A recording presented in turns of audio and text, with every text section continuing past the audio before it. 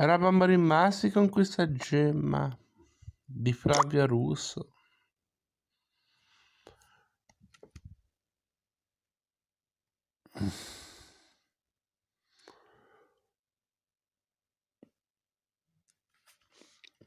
È un momento di cambiamento anche nella pittura dell'artista. Continuano ad essere presenti le note gloriose con i toni tenui ed una luce decisa.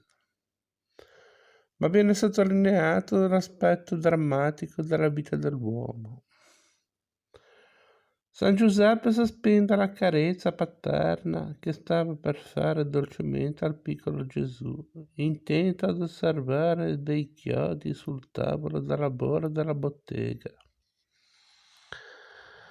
Il gesto d'amore si blocca e il volto del padre si scurisce in un'espressione di dolore, quasi una premonizione del sacrificio che attende il fanciullo.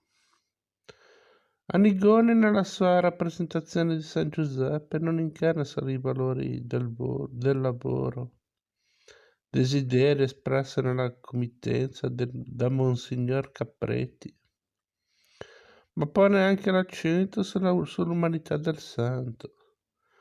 Proietta sul padre del Dio vivente le paure e i timori che egli stesso aveva vissuto con i figli, Benedetta e Ricciarda, così che ogni uomo si possa rispecchiare in un gesto tanto familiare.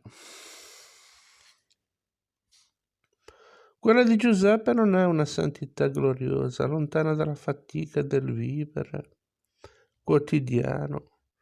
Anzi, la pala di San Lorenzo ci introduce ad una riflessione sull'esistenza che sarà sempre più presente nelle opere di Annigoni.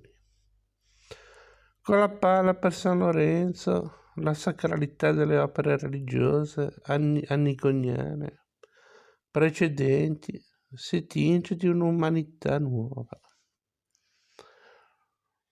La quotidianità della bottega del falegname di Nazareth introduce nelle composizioni di Annigoni un elemento più umano, meno ieratico ma più vicino alla semplicità dei sentimenti provati dai personaggi biblici. La paternità timorosa di Giuseppe, il dolore della Madonna ai piedi della croce e le lacrime di Cristo davanti alla tomba dell'amico Lazzaro.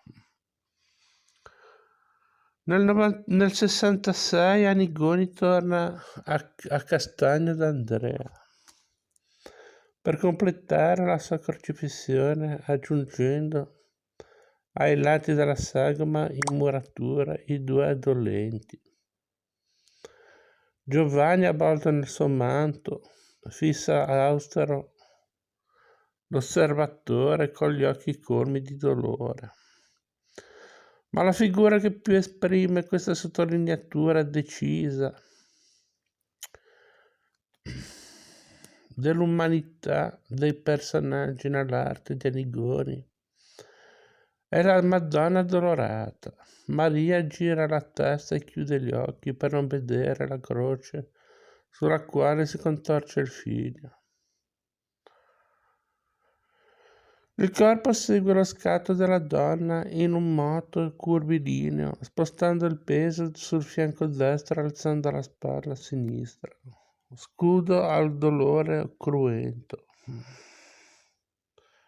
Con la mano chiusa solleva il velo come per coprire il volto.